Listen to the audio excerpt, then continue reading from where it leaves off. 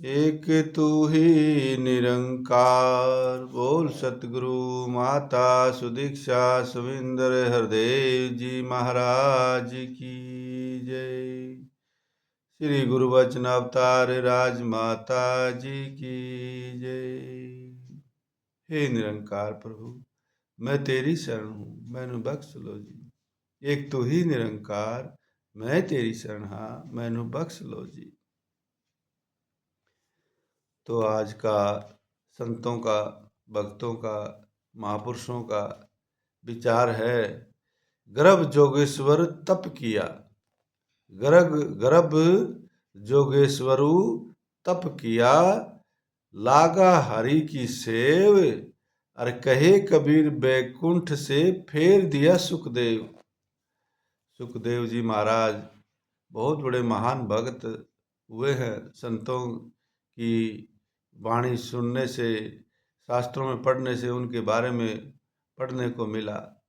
तो 4 या 5 वर्ष की उम्र में ही सुखदेव जी महाराज मालिक की भक्ति के प्रति इतना उनका बहुत ज़्यादा गर्भ योगेश्वर यानी गर्भ जोगेश्वर, जो गर्भ से ही मालिक की भक्ति करने करते करते संसार में बाहर आना, गर्भ से, उसको गर्भ जोगेश्वर कहते हैं, गर्भ से योगी। तो यहाँ परम संत श्री कबीर साहब जी यही बात समझाते हैं कि गर्भ जोगेश्वर तप किया, लागा हरि की सेव। कि गर्भ से ही नाम जपते जपते मालिक का संसार में आना और संसार में आके फिर मालिक की भक्ति में लगना। फिर भी कहते हैं उन महान संत के बारे में इस शास्त्रों में, किताबों में लिखा है कि वो 5 वर्ष की उम्र में, कहते हैं मुनि सुखदेव जी बालपन से ही भक्ति करते थे और 5 वर्ष की अवस्था में ही जंगल में जाकर, वन में जाकर पूरे 16 वर्ष तक उन्होंने भक्ति करी। फिर भी कहते हैं गुरु के बिना मन को उनको शांति प्राप्त नहीं। अब गर्भ से, माँ के गर्भ से आदमी भक्ति करता हुआ संसार में बाहर आता है और यहाँ आके भी, संसार में आके भी 16 वर्ष तक उन्होंने भक्ति करी। उसके पश्चात भी सुखदेव जी महाराज को मन की शांति प्राप्त नहीं हुई। क्यों नहीं हुई? क्योंकि उनको जीवन में सतगुरु नहीं आए थे, उन्होंने गुरु धारण नहीं किया था।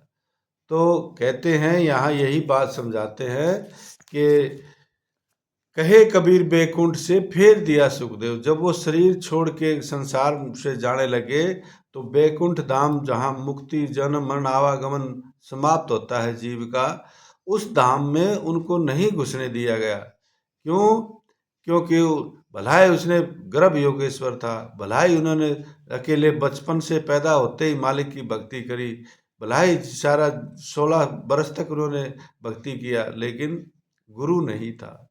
गुरु की आज्ञा के बिना, गुरु की परमिशन के बिना उस परम धाम में जीव को घुसने नहीं दिया जाता है, एंट्री नहीं होती है। ये भी विशेष बात है, शास्त्रों में पढ़ने से हमको सीखने को मिली है कि बिना गुरु के हम कितनी भी भक्ति करते रहे, कितना भी जीवन भर तप त्याग तपस्या करते रहे, लेकिन उस मोक्ष मुक्ति के परम धाम में प्रवेश हमको नहीं मिलेगा। क्योंकि हमारा गुरु हमारा वहाँ सहायक होगा, हमारा हमारा वो हमारे तरफ से हमारा फायदा करने वाला, या हमारा एक सहारा जो हमारे को उसमें घुसने का, भाई मेरा ये हमारा एक जैसे एक वकील होता है, हमारा केस लड़ता है, तो वो हमारा मजबूत वकील होगा तो हमारा केस मजबूत हो जाएगा और हम जीत जाएंगे।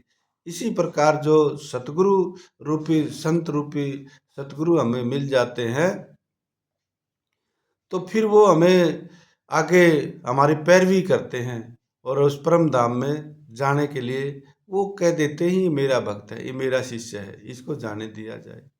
तो यहाँ यही बात हमें सीखने को मिल रही है कि मुनि सुखदेव जी व्यास जी के पुत्र थे, व्यास जी नारद जी के पुत्र थे, नारद जी ब्रह्मा जी के पुत्र थे।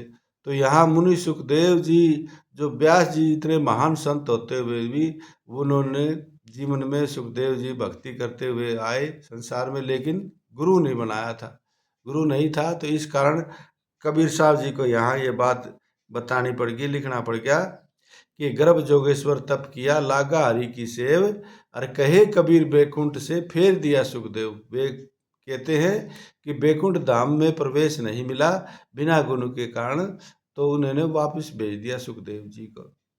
फिर कहते हैं जनक विदेही गुरु कियो लागा हरि की सेव। फिर दोबारा इस संसार में आए, फिर इस सुखदेव जी ने फिर जनक जी महाराज को अपना सतगुरु बनाया और फिर उनके बताए अनुसार अपना जीवन जिया, भक्ति करी। तब कहते हैं कि कहे कबीर बैकुंठ में फेरी मिला सुखदेव। फिर बैकुंठ में परमात्मा के धाम में, मालिक के धाम में सुखदेव जी को जगह मिली थी। तो ये शास्त्रों में लिखी हुई बातें हैं संतों।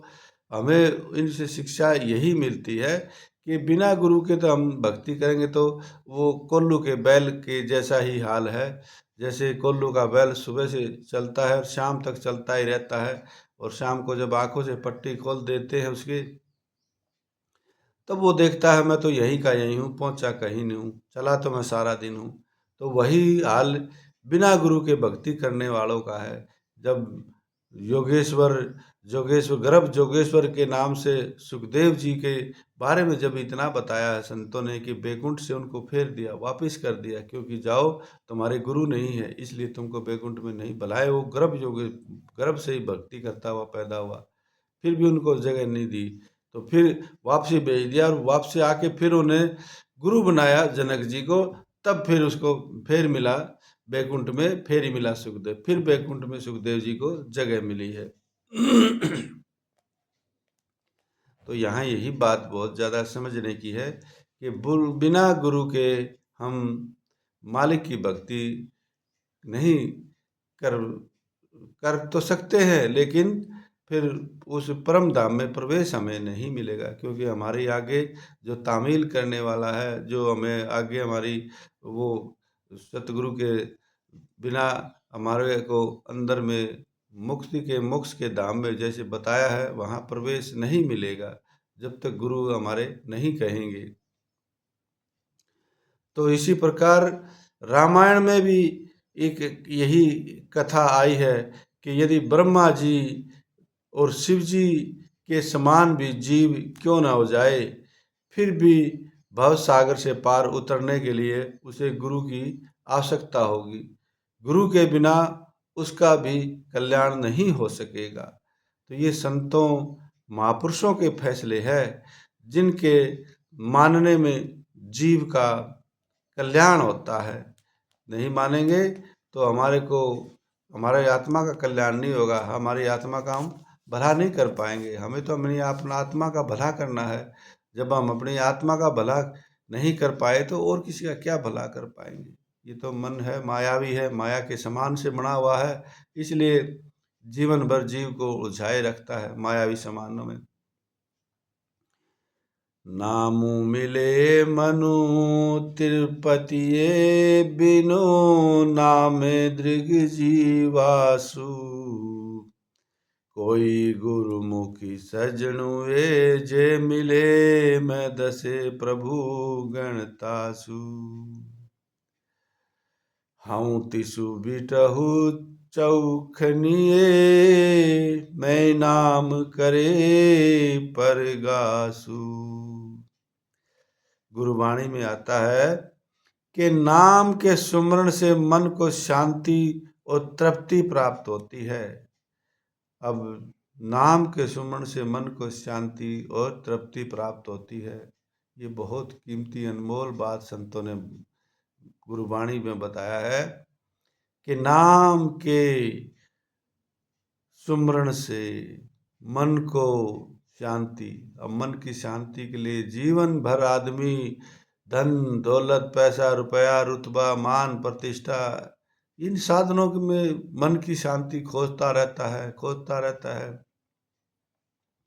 लेकिन मन की शांति नहीं मिलती उसको। तो यहाँ संतों ने परम एक कृपा करके, दया करके हम सब जीवों के कल्याण के लिए ये बात लिख दी है कि नाम के सुमरण से मन को शांति और तृप्ति होती है। मन की शांति मिलेगी तो पूर्ण रूप से तृप्ति भी होगी। जैसे बहुत प्यासा आदमी हो और उसको पानी न दे के अन्य प्रकार के साधन पेय पदार्थ पिलाए जाए तो पूर्ण रूप से उसको तृप्ति नहीं मिलती। और जब पानी की प्यास है और पानी पिला दिया जाए ठंडा शीतल जल, तो पूर्ण रूप से उसको शांति तृप्ति मिल जाती है। फिर वो और इधर उधर अन्य पदार्थों के प्यास के बुझाने के लिए नहीं दौड़ लगाता, क्योंकि पूर्ण रूप से उसकी तृप्ति हो चुकी है पानी पीने से। तो इस प्रकार संतों ने बताया है,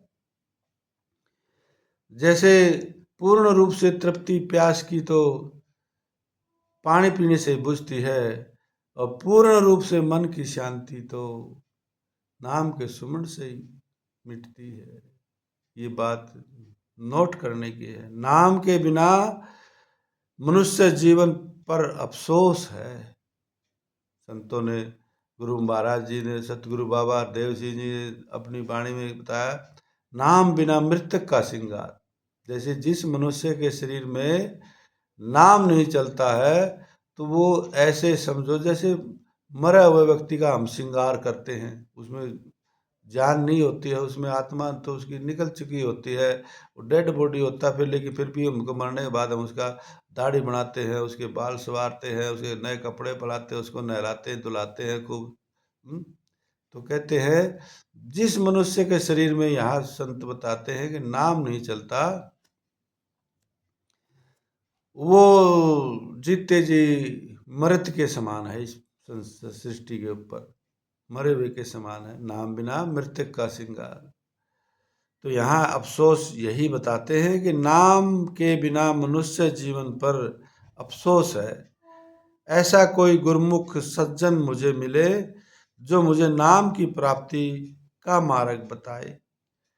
उस गुरमुख के मैं बलिहारी जाऊं जो मेरे अंतर में नाम का प्रकाश करे। तो ये बहुत ऐसे संत सतगुरु की बहुत बड़ी दया कृपा है जो हमारे हृदय में नाम का दीपक जला देते हैं। तो नहीं तो नाम का दीपक ये मन मायावी जलने ही नहीं देता है जीव के, और जिसका जल गया तो उसके फिर गुरु की कृपा से वो बुझता भी नहीं है। जलाते भी गुरु है और उसको बुझने भी गुरु नहीं देते हैं। फिर तो हाथ पकड़ लेते हैं बच्चे का, छोटे बच्चे की जैसे उंगली पकड़ ली तो वो कहीं दूर दूर ना जाए, रास्ता ना भटके। तो ऐसे ही सतगुरु अपने भक्तों के उंगली पकड़ के रखते हैं। तो हमें गुरु की बात मानना आ जाए, गुरु की बात को संभाल करनी आ जाए, ये विशेष।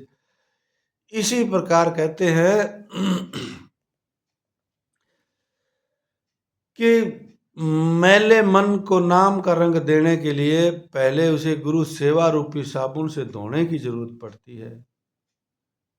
जब सेवा करने से सेवक का मन निर्मल और शुद्ध हो जाता है तो फिर नाम का रंग चढ़ने में कुछ भी देर नहीं लगती। तो नाम का रंग चढ़ाना बहुत जरूरी है। सहजो गुरु रंग रेज सा, सभी को रंग देत, जैसा तैसा बसन है जो कोई आवे सेत। परम संत सहजो भाई जी के विचार हैं कि संतों का कहना है कि पूरे गुरु एक रंगरेज के समान होते हैं। अंग्रेज किसको कहते हैं? जो कपड़े के अंदर से सारा मैल निकाल के और फिर उस कपड़े को कैसा रंग चढ़ाना है वैसा ही उसको बना देते हैं, उसको रंगरेज कहते हैं। तो जो सब किसी को नाम के रंग में रंग देने में समर्थ है, कहते हैं जो सब किसी को नाम के रंग देने में समर्थ है वो सतगुरु है। शर्त यही है कि शिष्य का मन शुद्ध हो। जिस प्रकार की मैले कपड़े पर रंग नहीं चढ़ सकता और साफ वस्त्र पर तुरंत रंग चढ़ जाता है, तो ये बात बहुत ज़्यादा समझने की है कि हमारे मन के ऊपर हजारों सालों, लाखों, करोड़ों सालों से हम ये बदलते हुए आ रहे हैं चोलों को। तो ये बड़ी हमारी हर जन्म के अंदर एक अलग अलग संस्कार का रंग चढ़ा हुआ है। सिर्फ भक्ति का रंग चढ़ाने के लिए हमें संतों ने बार बार जोर दिया है। तो इसी प्रकार सतगुरु रूपी रंगरेज के चरणों में हम चले जाएंगे तो वो भी हमारे इस मन के अंदर मालिक की भक्ति का रंग चढ़ा देंगे, जो हमें पार होने का, संसार के दुखों से, भव सागर से, संसार सागर से पार होने का तरीका समझाते हैं। वही चीज़ हमें अपनानी पड़ेगी। फिर कहते हैं पूरण गुरु हम पाइयो, पूर्व जन्म की लाग, पूरण गुरु तिसको मिले, पूरण जिसके भाग। अब यहाँ भी भाई बहुत एक समस्या गंभीर है कि पूर्ण गुरु हम पाइयो, पूर्ण पूर्व जन्म की लाग। पीछे के पूर्व के हमारे लाखों करोड़ों जो जन्मों होते या चलते हुए आ रहे हैं, और उन जन्मों में हमें पूर्ण रूप से जो सतगुरु पूर्व जन्म के पुण्य कर्मों का जो फल है, या पीछे के जन्मों में हम सतगुरु के गुरु के चरणों से जुड़ते हुए आ रहे हैं, तब इस जन्म में भी आके हमें पूर्ण सतगुरु मिल जाएगा। क्योंकि ये लाग पीछे के जन्मों का लगा हुआ चक्कर है। पीछे के जन्मों में हमें गुरु का के साथ हमारा मन का नाता नहीं जुड़ा, तो इस मन में इस वर्तमान समय में हमारे मन का गुरु से नाता जुड़ना बड़ा कठिन है। बहुत ज़्यादा मेहनत करनी पड़ती है। ये गुरु की बात ये मन सुनना ही नहीं चाहता, मानने की तो बात दूर है। तो इसलिए पूर्व जन्म के पुण्य कर्मों का ही फल होता है जो मनुष्य का मन गुरु की बात मान के और गुरु की बात की संभाल करना सीख जाता है। फिर कहते हैं पूर्ण गुरु तिसको मिले, पूर्ण जिसके भाग। जिसके भाग वही बात है, भाग पीछे के जन्मों के, हमने अनेक जन्मों के में सतगुरु की सेवा करी है, गुरु के बताए अनुसार जीवन जिया है, गुरु के बताए अनुसार भक्ति करते हुए आए हैं।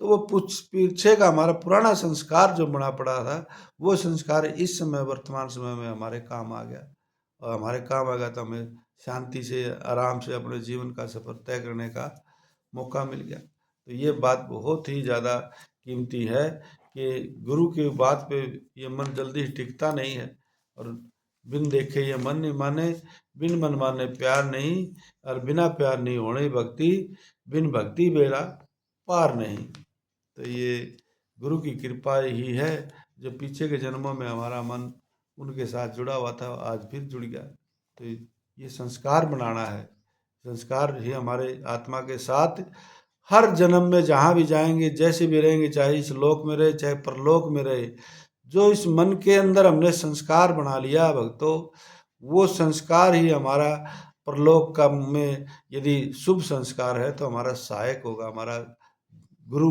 उस समय भी हमारे साथ होगा, इस समय भी हमारे साथ है।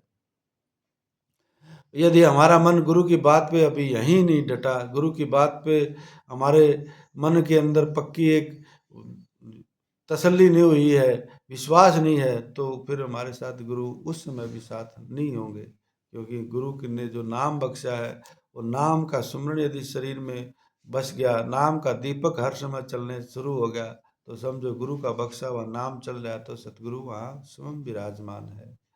और ये हमारे लिए बहुत एक आगे का सुनहरा तोहफा तैयार हो जाता है। एक वस्तु बूझहि तो होवहि पाक, और बिनु बूझे तू सदा नापाक। फिर यहाँ संत महात्मा बताते हैं कि इंसान को यह जानना पड़ेगा, समझना पड़ेगा कि जिसे राम कहते हैं, अल्लाह कहते हैं, गॉड कहते हैं, वाहेगुरु कहते हैं, वो क्या चीज़ है, वो क्या वस्तु है। इस वस्तु को जानकर जब इससे इंसान का नाता जुड़ता है, तभी वह अपना जीवन सफल कर पाता है। उसी के मन में विशालता आती है, उसी का 84 लाख योनियों से में आवागमन का चक्कर खत्म होता है। वस्तु प्राप्त करने का अवसर केवल मनुष्य को है। केवल मनुष्य शरीर ही एक ऐसी योनि है 84 लाख योनियों में, 83,99,999 योनियों में एक 84वीं योनि एक यही है, एक मानव का शरीर। और ये मानव शरीर प्राप्त करने के लिए हमें अच्छे संस्कार होने बहुत जरूरी है। यदि राक्षसी संस्कार, दुष्ट प्रवृत्ति के संस्कार बन गए तो इस मनुष्य शरीर से भी हम हाथ धो बैठेंगे, अधोगति में, नरक योनि में चले जाएंगे यदि मनुष्य शरीर हमारे हाथ से गया तो। ये मनुष्य शरीर एक सीढ़ी है ऊपर चढ़ने की, और मनुष्य शरीर को पाके फिर यहाँ बता रहे हैं संत महात्मा, जिसको हम राम कहते हैं, जिसको हम कृष्ण कहते हैं, जिसको हम अल्लाह कहते हैं, जिसको हम वाहिगुरु कहते हैं, वो है क्या, उनको जाना है। जिसको हम निरंकार कहते हैं उसको जाना है। जानने के बाद फिर इसकी भक्ति करनी है, तो फिर हमारा आवागमन समाप्त हो जाएगा। तो इसलिए संतों भक्तों की बातों पे हमें बहुत ज़्यादा सावधानी से विचार करके अपने मन की अवस्था को ऐसा बना लेना है जैसे सबसे बढ़कर दात ये तुझको बख्शी सुंदर काया है। यहाँ सतगुरु माता जी का आज का विचार कि इस संसार में, इस सृष्टि में ये सबसे बढ़कर दात बख्शी सुंदर, मनुष्य शरीर जो बख्शा है इस परमात्मा ने, इस निरंकार ने, ये बहुत बड़ी, सबसे बड़ी उपलब्धि है हमारी। इससे बड़ी उपलब्धि और कुछ भी नहीं हो सकती। सबसे बढ़कर दात यह है तुझको बख्शी सुंदर काया है, पर यह समझ अमानत रब की, सारा माल पराया है। तो संतो, आज का सतगुरु माता जी का विचार है, ये बहुत बड़ी महान अमानत जो सतगुरु ने हमें दी है, मनुष्य का चौड़ा मिला है, और इसको पाके और हमने अपना आवागमन नहीं मिटाया, हमने अपनी आत्मा का कल्याण नहीं किया, तो फिर हमने कुछ भी नहीं किया। इस मनुष्य चौड़े को पाके हमने इसका लाभ नहीं उठाया। पर यह समझ अमानत रब की, सारा माल पराया है। ये शरीर उसने दिया है, किस लिए दिया है? मालिक की भक्ति करके अपना काम बना ले, अपनी आत्मा का भला कर ले, और फिर माल पराया है। किसी भी समय दी हुई वस्तु वो वापसी ले लेगा। किस समय कौन सा आखिरी सांस हमारा आ जाए और हमें नाम की कमाई कर करके सांस के अंदर ऐसा बसा दे, ये नाम चलता रहे हर समय। जहाँ नाम चलता है वहाँ काल और माया उसका कुछ भी नहीं बिगाड़ सकती। काल और माया का सामना करने के लिए ही सतगुरु ने ये नाम बख्शा है। तो यही आज का गुरु माता जी का परम ज्ञान विचार है कि हमने ये अमानत है परमात्मा की बख्शी हुई, निरंकार की, ये शरीर कुछ समय के लिए मिला है, और हमने ज़्यादा जल्दी से जल्दी फटाफट बस ये मालिक की प्राप्ति कर लेनी चाहिए। इन विचारों के साथ प्रेम से कहिए, दान निरंकार जी।